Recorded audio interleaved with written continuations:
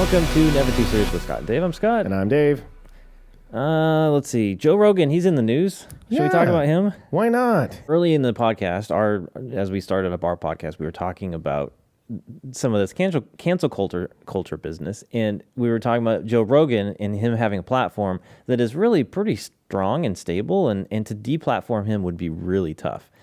And now we're looking at people trying to get him to be pulled from Spotify. They're throwing 3-year-old tantrums. Mm-hmm. Well, if he gets that, then I'm not going to do this. I'm out of here. Uh-huh. It is. It seems like children. So they're canceling themselves, essentially. Yeah. You know, I mean, it just blows me away that why can't people share the same?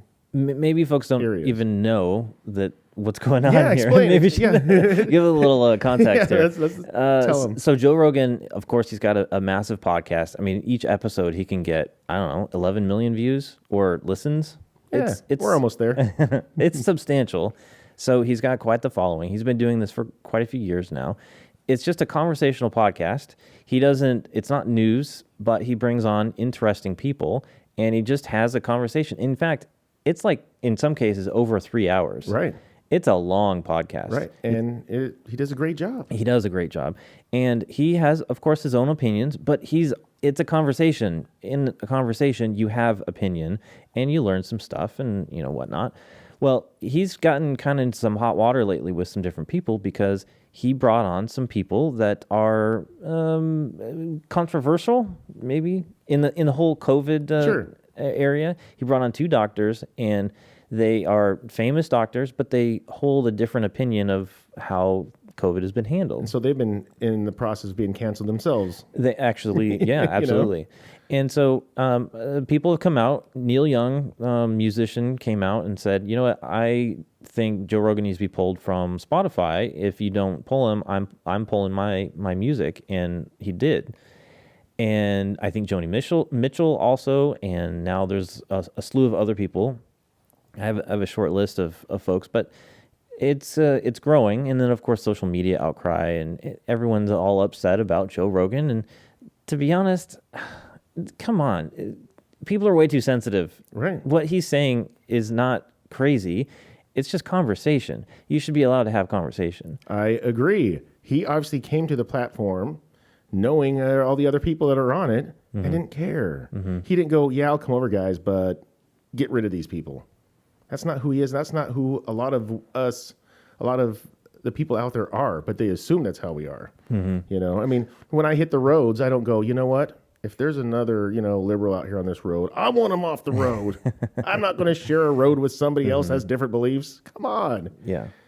I know. It's kind of a big world we live in, and you got to be able to put up with stuff. Just being children. Mm-hmm. They don't know how to handle somebody else's differences. And I thought that's what they were all about. Mm-hmm. Stand up, bring in the differences, let them have their talk, spice up a conversation, grow a little bit, or just hate them. But you don't have to act out. It's okay to not like anybody. Just you acting out just means that you are shallow and weak. I think. And who is this Bob? Who? Who's that guy? Who's the guy that left? The first guy. Neil Young. Neil Young. See, Bob. Yeah, I thought it was Bob. I don't know who that guy is. Does anybody know who Neil Young is? I think our generation knows who Neil Young Young is. I'm just teasing, kind of, sort of, because I know Neil Young is not like somebody that holds a lot of weight. Well, he might hold a lot of weight, but not in his music or his pull in society. Yeah. And it's funny that he thinks he does. Or his, political beliefs or, But, so Joe Rogan, he posted a video on Instagram, and it's kind of an apology, but he really just wanted to bring some clarity to this argument. So I brought in his clip from his Instagram page. And it's a little bit of a long clip, but I think it's worth playing. Yeah, let's check it out.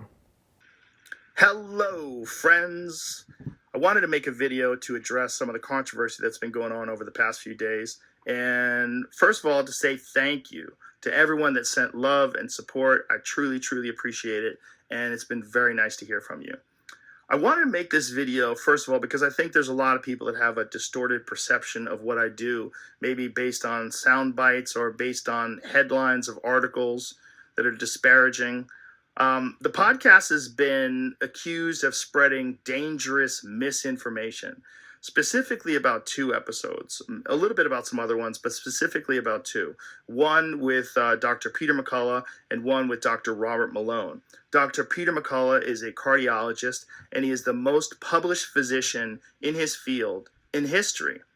Dr. Robert Malone owns 9 patents on the creation of mRNA vaccine technology and is at least partially responsible for the creation of the technology that led to mRNA vaccines. Both these people are very highly credentialed, very intelligent, very accomplished people, and they have an opinion that's different from the mainstream narrative. I wanted to hear what their opinion is. I had them on, and because of that, those episodes in particular, those episodes were labeled as being dangerous. They had dangerous misinformation in them. The problem I have with the term misinformation, especially today, is that many of the things that we thought of as misinformation just a short while ago are now accepted as fact. Like, for instance, 8 months ago, if you said, if you get vaccinated, you can still catch COVID and you can still spread COVID, you would be removed from social media. They would ban you from certain platforms. Now, that's accepted as fact. If you said, I don't think cloth masks work, you would be banned from social media. Now, that's openly and repeatedly stated on CNN. If you said, I think it's possible that COVID-19 came from a lab, you'd be banned from many social media platforms. Now, that's on the cover of Newsweek. All of those theories that at one point in time were banned were openly discussed by those 2 men that I had on my podcast that have been accused of dangerous misinformation. I do not know if they're right. I don't know, because I'm not a doctor, I'm not a scientist. I'm just a person who sits down and talks to people and has conversations with them. Do I get things wrong? Absolutely, I get things wrong, but I try to correct them. Whenever I get something wrong, I try to correct it because I'm interested in telling the truth. I'm interested in finding out what the truth is. And I'm interested in having interesting conversations with people that have differing opinions. Wow, what a concept. Well said, don't you think? Absolutely. And I believe that this was just the bone they wanted to gnaw on. Because I believe that they don't like him there, period. And this was just, okay, let's get him out for this. Let's use that to get him out. And because it's going to be a next one and the next one and the next one. And whether it has to do with COVID and or truth, because no, I don't want to get into COVID again, but oh my gosh, I knew this stuff way before too. And all you had to do was think a little bit, listen a little bit. You could almost listen to what the people that are against this stuff, that's trying to cancel them, you could listen to them and you can make a right decision, you know, different than what they are trying to push just because they don't know. Yeah, I think he makes a good point, though, about, what was information that was supposedly true is now shown to be false. And, that's just the way life is. We learn stuff and we make adjustments. The problem with the scenario we're talking about is just you shouldn't be canceled for it. Absolutely. You should basically have people give their case and argue. It's conversation. It should not be one side is right and so the other side can't do anything. And what if somebody was almost completely right and they go, oh, I didn't think about that factor. I'm so glad you talked about that. Let's give that a change. They're not like gods and they like could, we made it perfect. You can't change it. It can't get better. Yeah.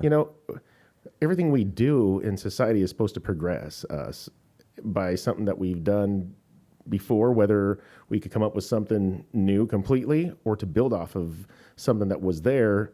And like automobiles, people are trying to push the electric now, because, they're building off of something else that was good, but maybe it could be better. I don't know.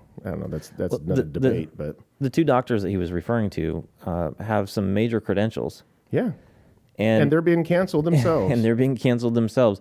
And instead of people, learning from these different opinions or different, in some cases there's evidence to support what they're saying. Right. Yet because the mainstream organizations like the CDC or, NIH or WHO, these folks on the surface are disagreeing with them. And there are some other doctors, of course, individual doctors that would disagree. But then you're not even getting the story. You're not getting the argument in return. It's just silence these people. Right. And some of these people, like these guys, are part of producing them, and they were there. They made it. And now they're worthless because they have, honestly, I'll just say it, because they're telling the truth. They're not wrong at what they're saying, and they're just telling, hey, these are the truths, and I wish I knew the lady's name, but there was a lady that everybody knew because of Oprah, and she was on Oprah all the time, and she was deemed the woman's doctor. And then, you know what? Shame on her. She came out similar to these guys and said, hey, I have some concerns about this. We need to look into it. And now she's scum of the earth.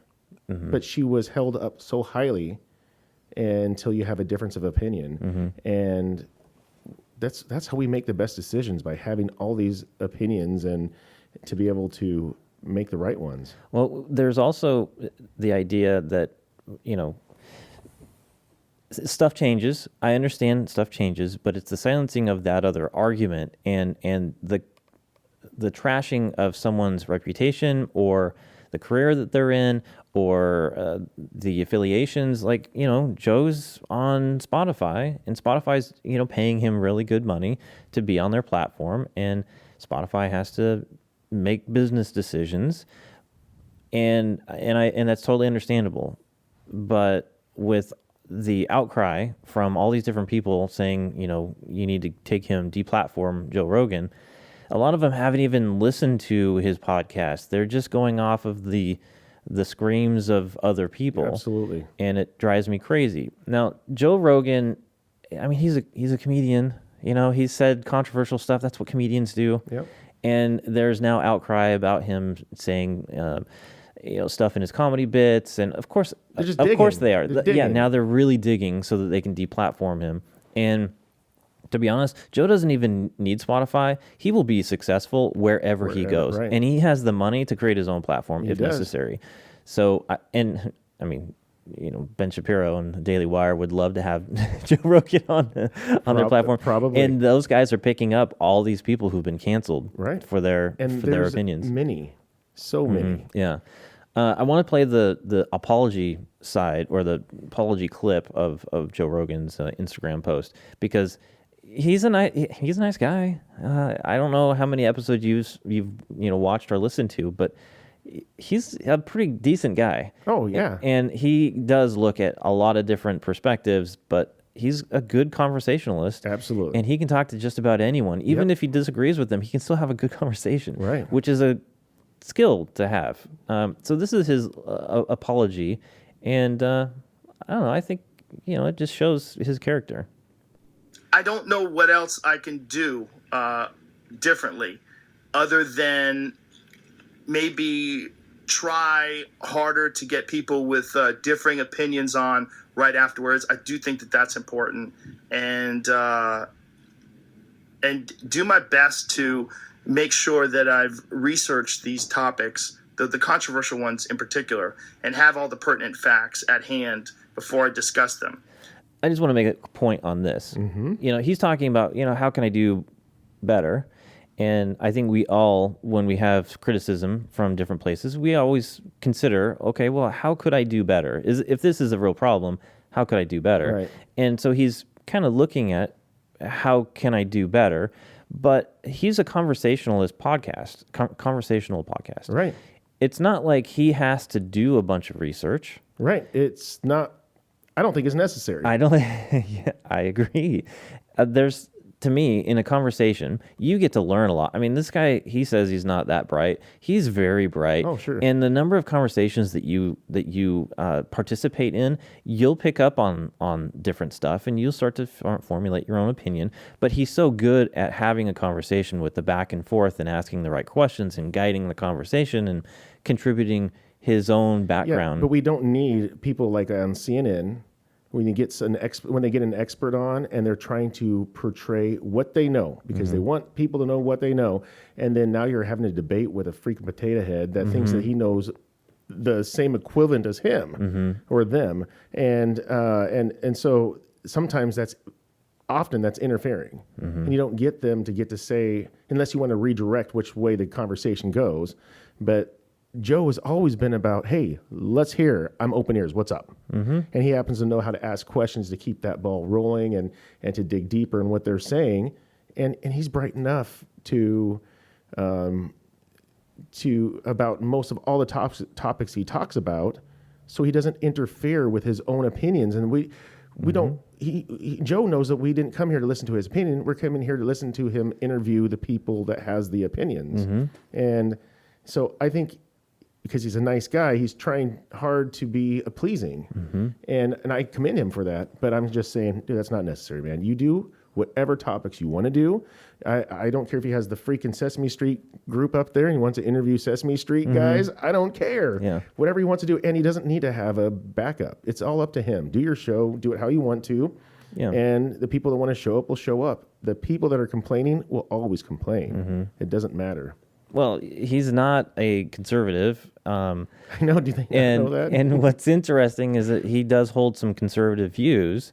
But he, like he said, he was a Bernie Sanders supporter. Yeah. But the cancel culture thing, he's definitely a free speech kind of guy. Yeah, he's been leaning without effort to the right this last several years. It's not like he's. I'm going to say this. It's and Roseanne Barr. She was canceled as well, but she's a liberal too.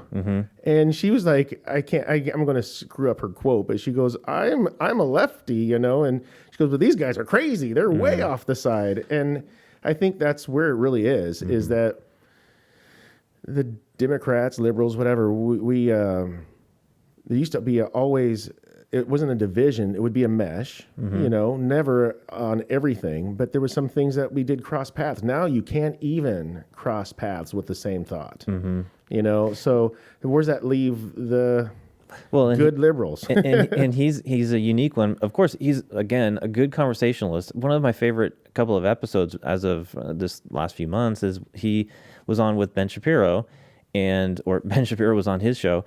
And they talked about a lot of different stuff, and of course they don't agree on everything, but you can tell that there are some roots, some foundational pieces that they do agree on that are terribly important. And free speech is one of those things. I mean, he busted Candace Owens' balls, I mean, figuratively speaking. But he doesn't. He interviews people equally. It doesn't matter who they are, what side they are, and some of the people he have on, he's not going to go there and go, who'd you vote for last year? He doesn't care. He wants to know about science of the pyramids or whatever, science and the pyramids. He's going to ask them, hey, I want you to tell me what you know. Not, all right, I need to know who you voted for. What's your belief on abortion? No, hit the bricks, man. Yeah. No. I think the world needs more Joe Rogans. He's a nice guy, and he crosses over to different sides, and he explores and does it in a respectful way. And I think that's what the world needs. Right. We need more people that can carry on a conversation and not be offended or now canceling or taking revenge for something like that. Typically, I can't say typically, but people like me, and I hope I'm not rare, but when people cancel them, it makes me go, what? My ear perks up like, okay, man, somebody doesn't want somebody to say something and why. And usually, oh my gosh, in fact, I can't remember a reason why somebody was actually canceled for good reason. Because this is America. You could say whatever horrible things you want to say. And the point of it is people don't have to hang out with you. People don't have to watch you or give you money or buy your album. That's just how it goes. You could just paint yourself in a corner and be lonely because you said something stupid. But, we had some issues, not to go too far off here, but, with the old Whoopi, and she's speaking out, and she doesn't get her show canceled. Or canceled from her show like Roseanne did. She had it stripped away, and it's not the same for both Well, sides. Whoopi Goldberg is experiencing a little bit of what she's been a part of for a number of years, and so there's a little satisfaction for me to see her experience the culture that she's helped to create. But at the same time, I don't think that she should be canceled. You know, I agree. She came out and she apologized and Get said, back to work. Yeah, and get back to work. And if she loses viewers, she loses viewers. And those are decisions that the individual gets to make. Right. I think that's fantastic. And my bitch is that Roseanne, number one, she should not have. And I'm not agreeing with what anybody says or not. That's not my point. But she made a mistake and said something jacked up, I guess, and she got stripped from her show. And even worse, now they have a show without her, and it's the same show, and it's pathetic. Yeah. I don't watch it. I didn't watch it. I'm not going to watch it. I'm not. Yeah, I haven't heard even if it's still on. Is it still on? If it is, it could only be just trickling down the stream. I mean, but again, that's to your point, though, is that people get to make these decisions for themselves. They don't need to be. Someone doesn't need to be canceled unless there's no demand for what they're producing. And then there becomes a business decision made by whoever is hosting, in this case, Spotify. Because there's no laws that's been broken here. People forget that we have the right to be assholes if we want to be. That's just that's America. I got to point this out. I was watching a little bit of Judge Judy just because that's what I do. I want to talk about it. And there was these kids that saw a Confederate flag in the back of a vehicle. And they ripped it off and ripped it and scratched the dude's vehicle up. And they're like, yeah, but man, that just means hate, blah, blah, blah. And she's like, I don't care. This guy has the right to, and I'm not saying this is what she said, but this guy has the right to be a bonehead. But that's his right. And she says, this is America. You could be a bonehead. Get over it. Now they put themselves in the bonehead shoe too. Because they acted out more so than this hateful guy did. They acted more hateful than he did. So I'm not saying yay nay about the Confederate flag. I'm just saying this is America. Get over it, people. If you don't like it that much, there are other countries that will fit right in for you. Free speech is under attack with this PC culture. It's not only under attack; it's been dismantled, and continues to be. Right, people, and it's so bad now that people are, what am I trying to say here? People are switching up their shows so they make sure they don't get looked at or canceled. You know what I mean? They everything is getting. Can't remember the word I'm looking for. Everything is turning to They're vanilla. censoring themselves. Yeah. No Rocky Road because that's too rough. Oh my gosh. Everything. I'll continue with Joe Rogan. Joe's apology. Again, I'm not trying to promote misinformation. I'm not trying to be controversial. I've never tried to do anything with this podcast other than just talk to people and have interesting conversations. I didn't plan it. I can't believe it's as successful as it is. It was never really an idea That's all you that buddy. I had. The podcast started off as just fucking around with my friends and having fun and talking. And then when it became popular, other people wanted to come on, and I was like, oh, it'd be cool to talk to that person. Oh, he's interesting. Oh, she's got a cool book out. And then, boom, it's become what it is today, which is like some out of control juggernaut that I barely have control of.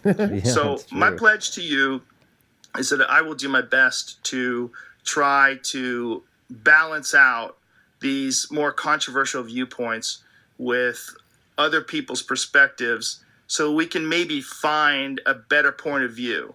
I don't want to just show the contrary opinion to what the narrative is. I want to show all kinds of opinions so that we can all figure out what's going on, and not just about COVID, about everything, about health, about fitness, wellness, the state of the world itself.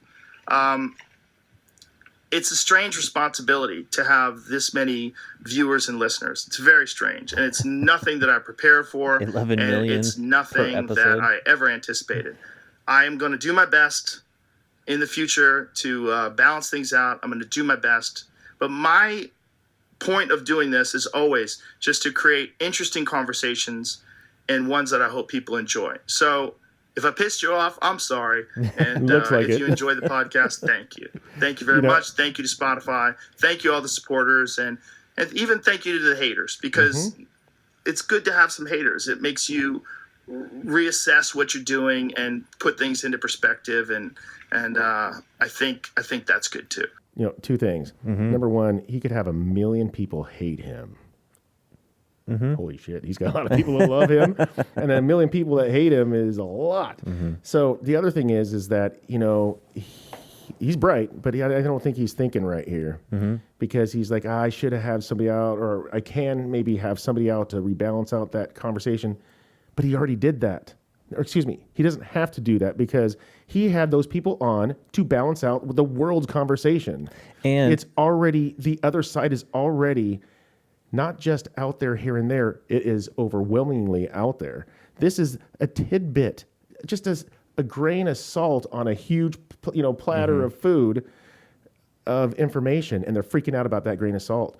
And so he doesn't need to have somebody else to come out and talk about it. Every news station out there will tell you about it. Every platform out there will tell you about it. Our president and his administration will tell you about it. He just has a grain of salt here of information, and they're freaking out about it. He doesn't have to have another freaking grain of salt that is on the other side of it, because it's way out there. Well, I think he's realizing how big his show is, and so he's trying to be, respectful of the people who are complaining. But he had Sanjay Gupta from CNN, the doctor. Yeah. And yeah, that's right. So he has other people come on his show. Again, but he doesn't need to have a back-to-back one. Yeah, or a debater. Exactly. He does a pretty good job of having a variety of different voices, and he navigates those conversations, I think, rather well. So he doesn't. This is not a show like, there's a whole bunch of like BBC has, where it's about the left and the right. It's about one opinion and then the other, and then it's all about debating back and forth. That's not what the show is. The show is conversational. Right. It's about having a civil conversation and learning about some stuff and exchanging ideas. And he doesn't need to have the back and forth. No, he doesn't. And if that's what he thinks that people think they need on this topic, he had them on because there was no other on this side. The other side is covered. Hello? That's what everybody's living. Here's one other thing, and that is, it's the Joe Rogan Experience. Yeah. That's the name of his show. This has nothing to do with really anyone else. This is his show. This is the conversations that he wants to have with different people. Yeah, it's not Scott and Dave's experience through Joe. That's right. It's his, and we can sit down and enjoy his experience if we want it. And he's big enough right now that it doesn't matter to him with these other factors of complainers or whatnot, because really he could, if Spotify deplatformed him, he could go anywhere he wants and continue to do the show that he enjoys doing. Yeah. If he goes down the hole, or the rabbit hole here of wanting to please even some of the haters, which he's a bright enough guy, I don't think he's going to, but if he went down that hole, he would start losing a lot of people who have followed him for years because that support him through this stuff. Because they like him and his personality. Don't change. Yeah, exactly. That's what got you where you're at. Yeah. Yeah. I think he's I don't know. Like you said earlier, that we need more of him. So don't switch it up, because when people do, you're going to be canceled, buddy. Yeah. Let's take a quick break. I want to come back and talk a little bit about how the government is getting involved with this, and then maybe some other societal stuff. Sure. And I think the comedians are heading that one off. Oh, for sure. All right. Dave and I appreciate you listening to the show. Please take a moment and write a review on Apple Podcast or Podchaser.com. And since Spotify doesn't currently have reviews, simply telling your friends about the show would be great too. Also, you can always reach out to us at our website, nevertooserious.com, or via our socials at the NTS Podcast. And seriously, from the bottom of our hearts, thanks again for listening to the show. There goes my sex drive. Peppermint Patty. Oh, man. It's so, I feel bad for Jen Psaki in that she's got a really tough job. But I think you have to be a certain type of believer to say and do the things that she does. You have to be a liar and be able to sleep well about it. I mean, she's got to be able to be full of shit. Well, you know? and I think the way that she talks condescending to different people, and, there's a little bit of some playfulness, I think, sometimes in there. But then she just goes back to really a politician. For sure. She's horrible in that area. And, to be fair, oh gosh, Kellyanne, no. That little blonde gal that was for Trump after Sarah took off, Sarah Huckabee Sanders. Yeah. Mm-hmm. I can't believe I forgot her name. But anyways. It'll come to me. Yeah, she, and even, I'll just say even Sarah Sanders,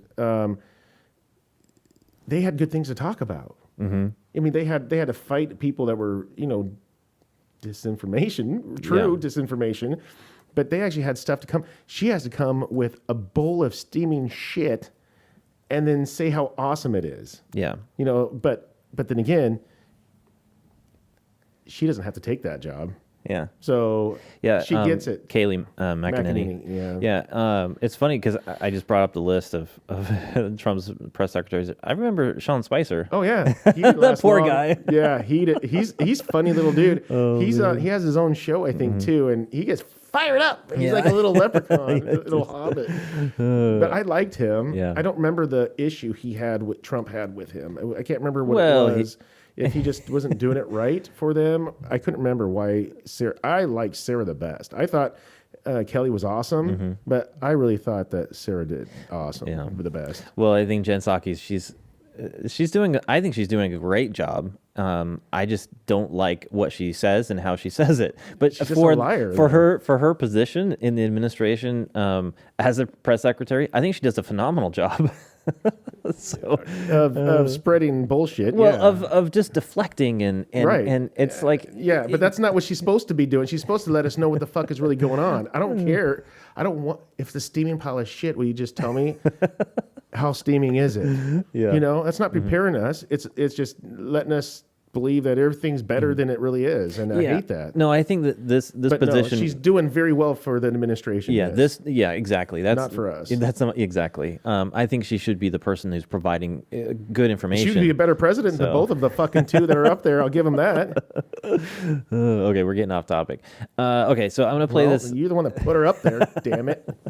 Okay, right. So we're talking about deplatforming Joe Rogan from Spotify and all of the cancel culture. And Jen Psaki is the mouthpiece for the administration, and she's talking about this idea of cancel culture and deplatforming. Disclaimer, it's a positive step, but we want every platform to continue doing more to call out mis and disinformation while also uplifting accurate information. Our hope is that all major tech platforms and all major news sources, for that matter, be responsible and be vigilant to ensure the American people have access to accurate information on something as significant as COVID-19. That certainly includes Spotify. Spotify. Yep. Okay, here's my problem with this, and this is she's representing the Biden administration. She's communicating what they are supposed to, the values that they hold. And what she's communicating right now is that we should be censoring free speech. And they're going to be part of what they're deciding is not disinformation. Yeah, they want to be the person who has the information that's right. That's right. How about we don't give a damn what you have to say about it, Just say the truth and let us figure it out. Yeah. I dare you. Yeah, that would encourage actually a better society because people could be free thinkers and make decisions on their own. But no. Government, when they get involved, they want to be the ones that determine how and what you think. Yeah. But this does floor me because we're talking about a country that's built on that First Amendment. Right. Free speech is built massive. On that soapbox, you can stand up on the street and say something. Yeah, and this administration, through this particular person, is basically saying we do think it's responsible for these companies to censor these people and to put up disclaimers and regulate speech and deter misinformation or disinformation. No. You guys, this is not an area that the government should be involved in. The government should be like, you know what, free speech. Yeah. That's a good thing. We should encourage people to speak out and talk about things, and have conversations that are civil, not go out and cancel everyone, which is what they're promoting. Right, absolutely. I mean, it starts all the way from our schools to the presidential, the administration. Their mouthpiece, yeah. And even schools getting in trouble for, or teachers in schools that want to say the truth, or a police officer that steps up and says, hey, this group came into this city and was burning it down, and he gets fired for telling the truth. And why is that? I mean, when it talks about cancel culture, it means the whole thing from every walk of life. It doesn't have to be a podcaster. It doesn't have to be, administration. You were talking about, how about it's hit the comedy group hugely. Yeah. And in fact, that they go so far back in the very beginning, and people have to apologize. Dave, Kevin Hart. There you go. God, And you love Kevin Hart. Oh, I was just gonna say, who doesn't, except for the people that looked in his past and he did something, said something that was controversial as a comedian too. But that's almost you shouldn't have I'm a comedian, so I can say what I want. No, we're Americans. We can say what we want. But he lost. That was a dream of his to host whatever awards it was. I can't remember which one it was, Grammys or Golden Globes or something. Golden Globes, who knows? and he couldn't do it because of somebody dug in the past and said, "Oh, look what he did." And who are these people? Who gives a crap about those people? Let's look in their past. Let's take away their platform to never talk about it. But it's okay to talk about what he said, but he shouldn't have to get ruined for it. I mean, he didn't break a law. You could be a prick. I mean, come on, Andrew Dice Clay. Oh, yeah. Oh, my gosh. There's Oh, my a guy. gosh. Sorry, dude. Don't go looking at that guy. Everything he has to say is they're going to get destroyed. But he based his career on being offensive. Yeah. Well, with Joe Rogan, Spotify had to come out and say some stuff, and they support him. They said that they have support for creator expression, which is great. It's great for everybody. They are applying these little warning labels now, like a lot of other platforms have done, which I think is ridiculous, still unnecessary. Let people determine stuff for themselves. We don't need little warning labels on everything, which, of course, our culture has. I've listened to my YouTube music list, and then I notice it'll stop. I'm like, why is it stopping? I go over and it says, because sometimes it'll play a video too, but sometimes it'll say, like, I have to push a button to acknowledge that it's an offensive video or an offensive song. I'm like, I'm the judge of that. Just play it. Yeah. I mean.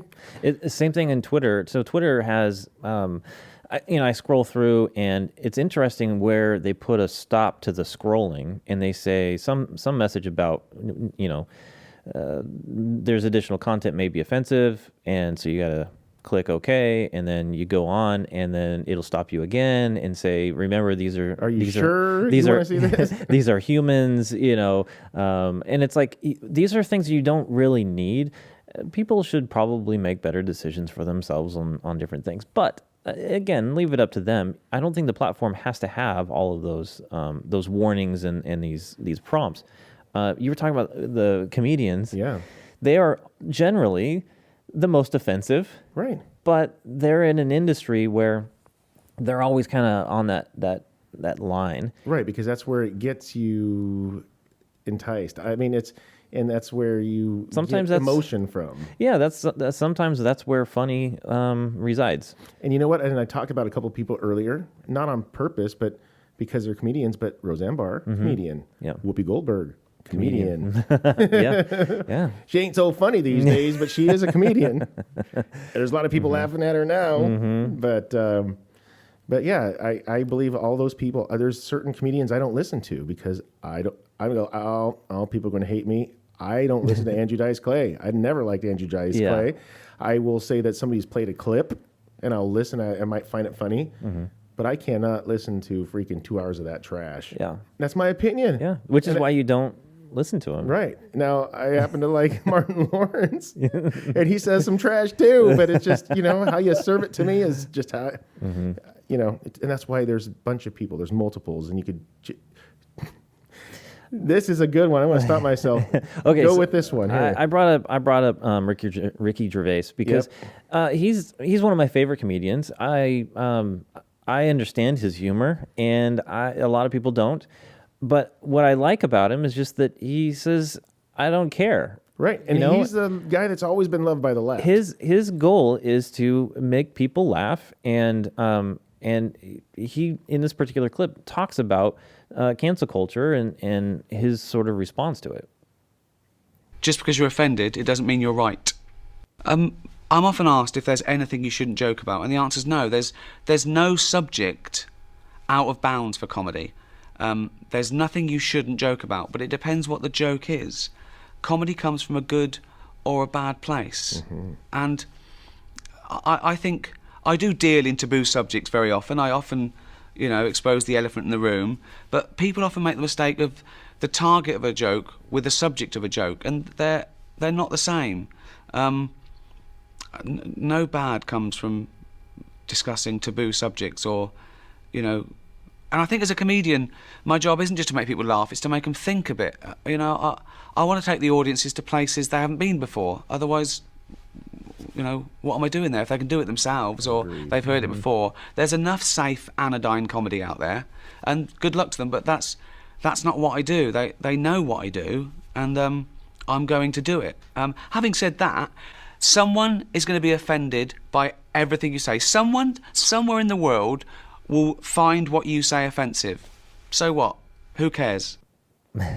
Right. That's the crux of the whole thing, is that people are offended, and then they have to act out on it and ruin a lot of things for a lot of people, including themselves, because at some point they will experience the same cancel culture that they imposed on someone else. Yeah. I really like what he says in a lot of different areas, but he's looking to be funny. He wants to be funny, and if a joke falls flat, he does some course corrections. Makes note of it, and then tries to be funny again. Right. But I agree with him 100% when nothing is off the table, because when I feel dark and down in my personal life and issues, I do make light of things, and I have done that. And I'll say this quickly. My grandmother was passing away, and I won't get into it too much, but she had a growth tumor on her head, and my grandma was a particular lady that we could have a lot of humor with, and she had said one time, like, "Oh, it looks like I got a boob," and so I came over to visit her a lot, and there were some people in the room, and perhaps they didn't realize either my grandma's and my our closeness, and maybe they didn't. I don't remember if they were there when she mentioned that either. But I came in, and to give my grandma a laugh, to give me a laugh, I came in and I said, "Hey, Grandma, I'm going to have to get you a bra for that." And some people's face thought I was just despicable. But she laughed and I laughed. And it's got us through that moment, trying to... she's dying there, and you can't hide that. And she was a humorous lady. And it wasn't... that's a innocent... way I offended some people. a lot of people use humor as a way to get through stuff. Absolutely. And the people that don't can be very dark and never come up out of the hole. I mean, you got to find a way to ease the pain, and sometimes I was going to say most of the time, if you could have some humor in it, it can help you. And it is hard. Last thing I need somebody is to laugh and go, "Ha ha ha, your grandma died." That's not what I'm talking about. Yeah. But, Jerry Seinfeld, very famous comedian, of course, talks about cancel culture, and he was talking about like college campuses and how horrible of a place that is to do comedy, because there's so many of these college campuses that are all full of activist people who are going to cancel you, who are going to promote that. Right. And then, do what we talked about earlier, which is go back in their past and dig up anything they can find. Them. And then try and destroy them. Well, and I have said it, I believe, multiple times through the show already that, the leftists, blah, blah, blah, the liberals, blah, blah, blah. Because guess what? If you don't know this, Democrats, that you guys are the ones pushing this cancel culture. I'm not saying that there can't be some other people on the other side that don't do that, but the whole push is all on them. And if they disagree, then change it. It's an emotional response. And I think, of course, we have talked about this a little bit, but I think that the left typically is more emotional about things than the right. And when it comes to cancel culture or being PC or whatever, it's all about emotion. It's about offending people, and that you shouldn't have the right to offend someone, which is why now they're having issues with the First Amendment. The idea of free speech is just, you're going to offend people. And you have to take and you everybody's feelings first before you open your mouth. And we have this whole society, especially as of late, where, we're giving participation trophies away because we don't want to offend the kids. Everyone needs to feel like they're a winner when there's obviously winning and losing, and the kids know that. But the parents, they're trying to make everyone feel like they are valuable. And it does a disservice to that generation, Sure and does. and we're paying for it now with these kids in high school, They don't know how to college. get back off. They don't know how to get back up on their feet when they fall. They Yeah. think somebody's going to do it for them, or if they fall and do something bad, it's going to be okay because it's always been okay. There used to be a point where parents would send their kids out and let them climb trees and let them get into the dirt and let them go with their friends down the street to wherever. And there was an experience, a learning experience that those kids would have, and it made them stronger. And we have bubble wrapped our kids so much that they no longer have those experiences, and they feel like they need to be protected, that they need to have their emotions protected. And we're experiencing how that impacts the society at large, and cancel culture is a direct result of those type of child rearing. Right. Well, I'll go back to Martin Lawrence because there's this one Martin Lawrence, You So Crazy, I've watched. I'm telling you, I watched it over 40 times in my life. My buddy Brandon and I used to watch it repeatedly, and it was so funny. But they get to a point where they talk about white people. Oh. If I could laugh 90% about all the stuff he talks about other cultures, Hispanics and black people, and I get offended on that, and because everybody's laughing at it, then what am I doing laughing at anybody else? I mean, it's a way to build calluses over areas that should. Yeah. You know what I mean? Yeah. Because most of the things are about truth, and how can you handle taking the truth? It's that medicine that just doesn't taste good, but it's good for you to take it. But You'll get weaker over time unless you test you sure yourself will. with You these sure things. I mean, there's a whole bunch of Dave Chappelle. He's one of my favorites, and he talks. I think offends a lot of people, and he talks negatively, jokingly about white people. And if you've ever watched Chappelle's show, there's some funny characters in there that are mocking white people and some of the stereotypical things that they do. And totally worth it. The thing is, it's funny. And you're not supposed to take it in a way that's like super offensive. It's the same thing with the transgender community that came out and were, complaining about this Netflix special and all this stuff. And it's like, listen, you don't have to watch his material. If you're not a fan of his work, then you don't need to experience it. And if you experience it once and don't like it, you don't have to experience it again. Right. No one's forcing you. Right. The problem is it doesn't work in reverse, where a lot of these cancel culture people are now taking some level of power to actually cancel and silence people, when you should just, protest with your feet or your wallet. Don't or just participate. turn your back on it. Yeah, don't participate. I sit there and watched. I was going to watch a show. I'm not even going to say what it was. I went to go watch a show, and I watched one show of it, and I'm like, oh my gosh, this has got political crap all in it. I don't even want to watch this anymore. I didn't go out there and spread crap. Everybody stop watching this. All it is this, that. It's just not for me. I just didn't watch it. I wanted to talk about, there's a guy, Brett Weinstein. You ever heard of him?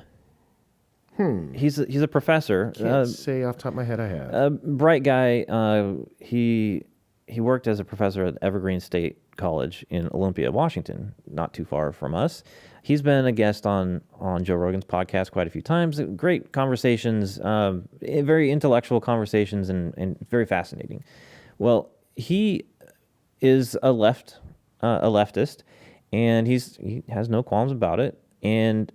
But he experienced at his college this cancel culture, and the scenario is basically he's a professor at this college, and every year the black students will do a walkout to basically protest some racist past, I think maybe of the college or of that area, and of course that starts to include the other minorities in that group, and so now there's a big group of them that every year they do this walkout. Well, this is I think in 2017 where they decided to reverse it, and every year the administration approves this walkout, and they this year approved this reverse walkout, which is all the BIPOC folks would basically come on campus and no white people would be allowed on campus. And Brett Weinstein came out and as faculty, and he said, I disagree with this. I'm not going to stop doing my classes.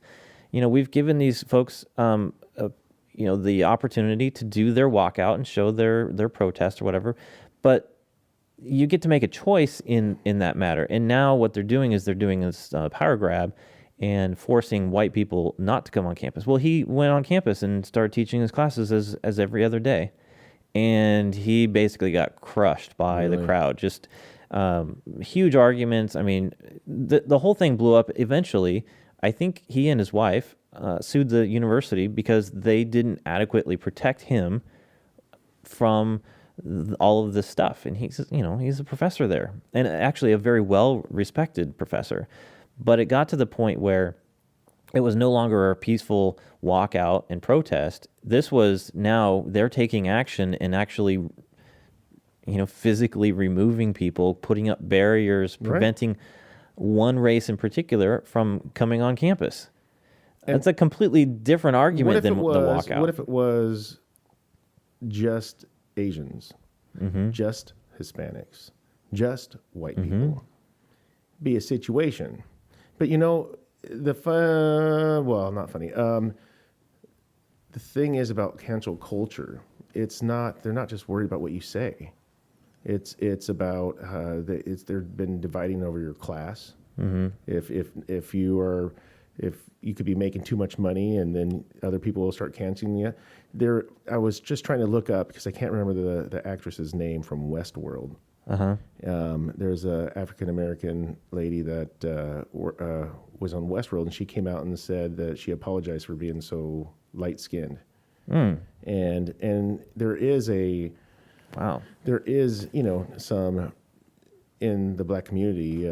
I've heard many times about like, oh, she's lighter skinned than the darker skins, and then there's some division in between their own culture, and it's like, why do we make that division? But she came out and almost is probably going to cancel herself because she came out and apologized because she's getting all the roles because she's lighter skinned. And then guess what? It was a few days prior to that. I don't know when he said it, but that's just when I noticed it. And I'm going to screw up his name. John Leguizamo. Yeah, Leguizamo. I love that guy. Yeah. But he came out and he apologized for having lighter skin too, because as is he Hispanic or Puerto Rican? I thought. There you go. He gets roles because he's got lighter skin, and he was apologized. It's like, so now the next time you go get a role, are you going to be hypocritical, or what, are you just? Did you guys just quit? You're not going to do it anymore, right? Because why would you take that now from somebody else? Why would that even be a concern? And they think it's on us. Take that up with the people who you work for, not us. We don't care. We want just good entertainment. I watched a show the other day with Middle Eastern people. I don't care, and heck, I think it was voiced over too. Who cares? I want them to do a good job. If I ever turn off a show, it's because they suck. Bad acting. I don't care what they look like. My gosh, that's That's a you problem, not us, you know? We were talking in a previous podcast about Hollywood and the Hollywood elite, and you know, we disagree with some political views of different actors, and it does impact our willingness to watch any of their movies. I think Robert De Niro is one of those, one of those folks that despicable man. Yeah, the stuff he's come out to say. But I'm not trying to cancel him. I'm just not going to watch his movies. I mean, I don't care. He has the right to be his jackass self, just like I do. Hello. Yeah, exactly. I mean, you know, and you know, on top of that, it's they try to cancel people for race. They try, like we were talking about, they try to cancel people for religion. You know, like I know Chris Pratt. You know, he's a Christian faith, and for. When he even walked out, shame on him. He wore a T-shirt, and it said it was one of those T-shirts that's like, you know, come and take my guns, essentially.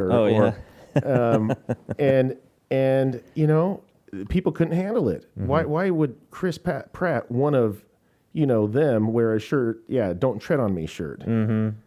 Because he can. Yeah. Maybe he has some beliefs that are different than yours. But why would you try to cancel him?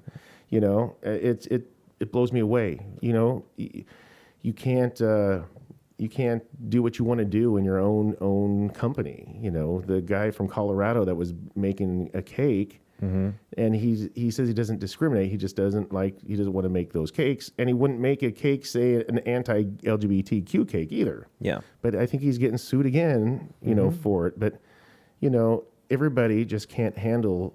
Everybody has some kind of privilege to think that they own you. Like they own Joe Rogan's podcast to say, you got to change that. Yeah. You know, they own your comedy bit because why? You got to change. Like, how do they get so entitled to think that they've got to change to you? What have you done? The bitchers out there, what have they done? You know, I can't remember who it is, but Dan Bongino's show, he's talked about the cat lady before.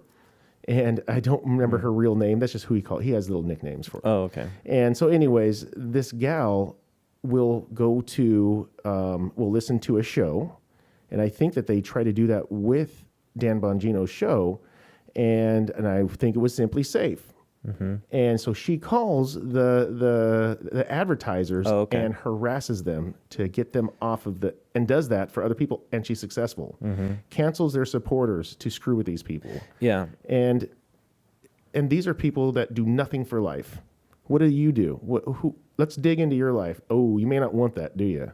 Because when you cancel everything and everything's done, well, now we got to look at you because there's nothing else to do. Everything's been looked at except for the people that are looking. So let's get to you too. Yeah. Well, I think a lot of the businesses out there need to grow a pair and not succumb to the cancel culture, because they're going to end up getting the same experience at some point. You'll never win. You'll never win. It'll just get worse the next time. Yeah, they need to go into a direction like Spotify has said. You know, we support our creators and their creative expression. That's important. You know, it's different if it's like the kind of the stuff that's like really like inciting, like real serious stuff. There's a difference in that sort of level where if your entire platform is supporting something that is actually provable, causing problems, like a murderer is, right. I mean, you know, if there's real violence, then yes. But when we're talking about differencing of opinion and ideas and thought, that's not the same level. That's why I try to point out a few times is they're not breaking the law. Yeah, they're not breaking the law. That's when a good there's guide. Somebody that's broken the law, well, then now we got to reassess. Yeah. Our last episode was on MAPS, pedophilia. Right. And, obviously, if there's like a podcast that's promoting that sort of thing, Spotify, I don't have a problem with you stepping in and doing some stuff, which, by the way, they have regulations at Spotify that talk about child porn and illegal behavior and that sort of thing. So, good. Which is fine. I think that distinction of that legal line is a very good spot. But we're talking in free speech. It's different, especially in like a Joe Rogan podcast where it's conversational. Right. There's this story about Chick-fil-A and this guy named Adam Smith, What did he do? So Adam Smith, and a lot of folks may have actually watched this. This was like a very viral video.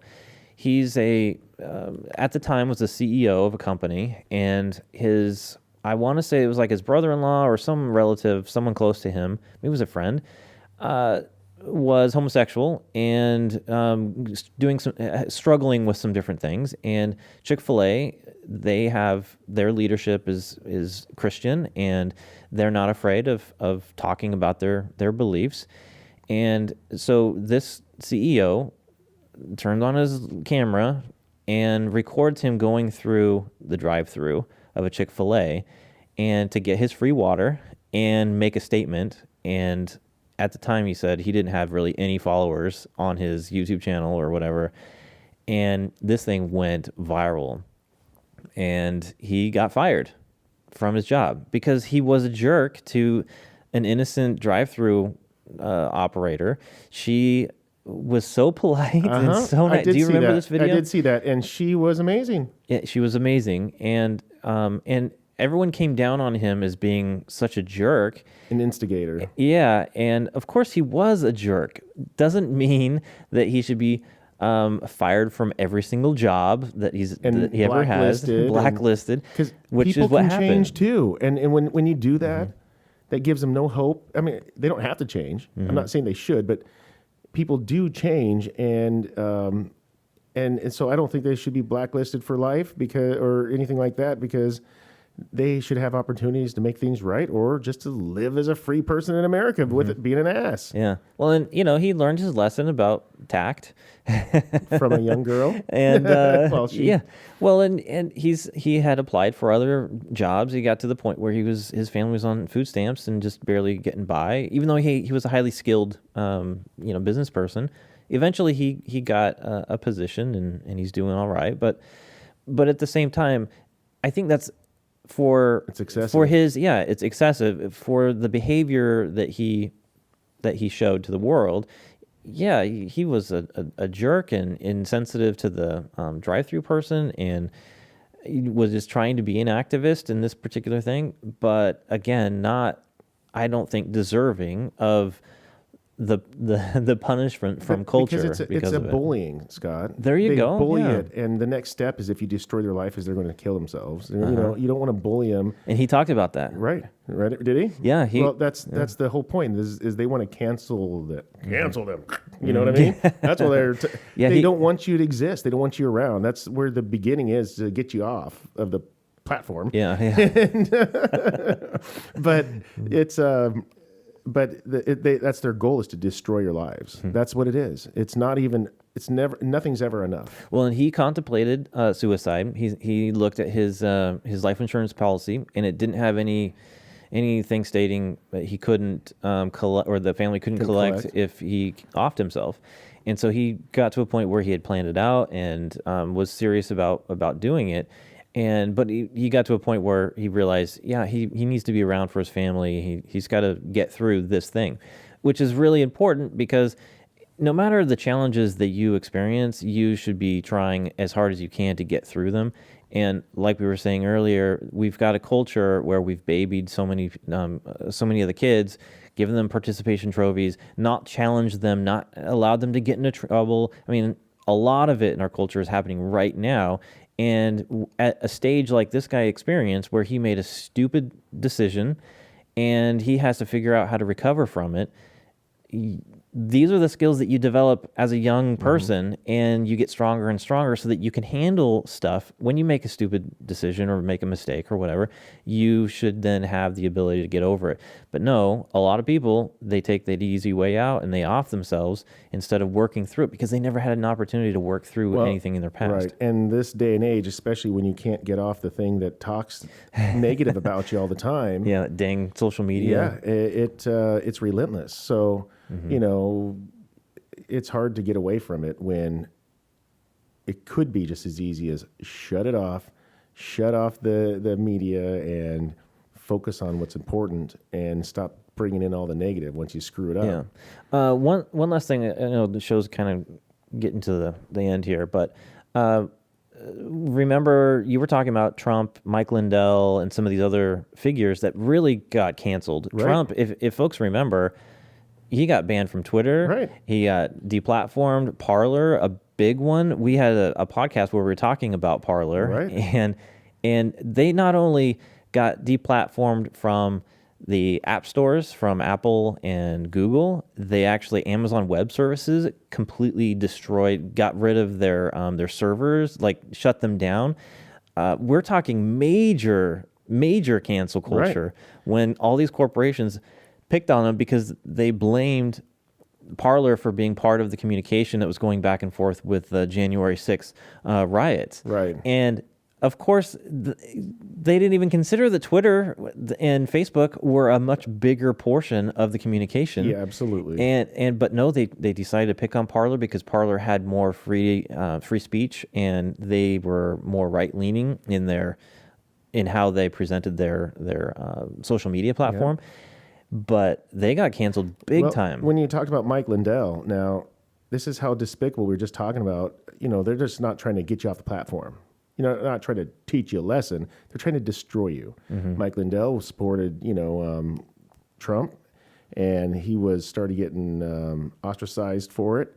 And, next thing you know, his own bank is trying to cut him out of his banking system. I mean, it's like, who the hell are these people to be, jury and executioner of every single aspect of this guy's life? They're trying to destroy the guy. Mm-hmm. And I'll say, from a guy that was heavy into addiction, that pulled himself out, you would think that could push somebody back to it, So he's had some major struggles. That's why I try to support him, like through Christmas time, get some things and stuff, and because it's just not right.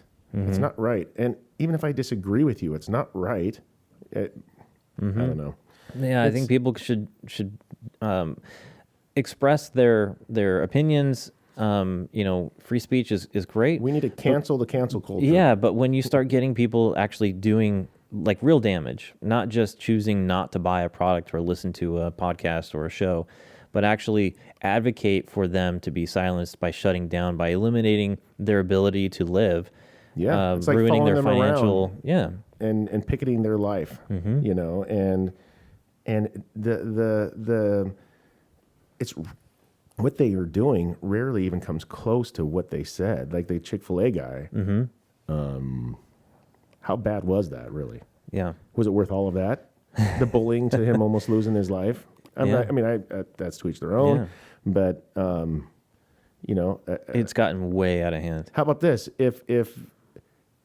How come what they're doing, their bullying and cancel culturing and the harassment to do all this stuff, how come that's okay? Mm-hmm. That's often worse than what the sentence somebody said, or, We have to get to a point where these prosecutors actually will prosecute harassment and other things that defamation things that are that are serious, that are not a free speech issue, but rather this is intimidation. This is like purposefully trying to eliminate someone's ability to live. Yeah, we could definitely do better. And the people that are out there worrying about canceling people need to really think hard about what this world would be like as it is, which is terrible right now. Our country, I should say, more than anything.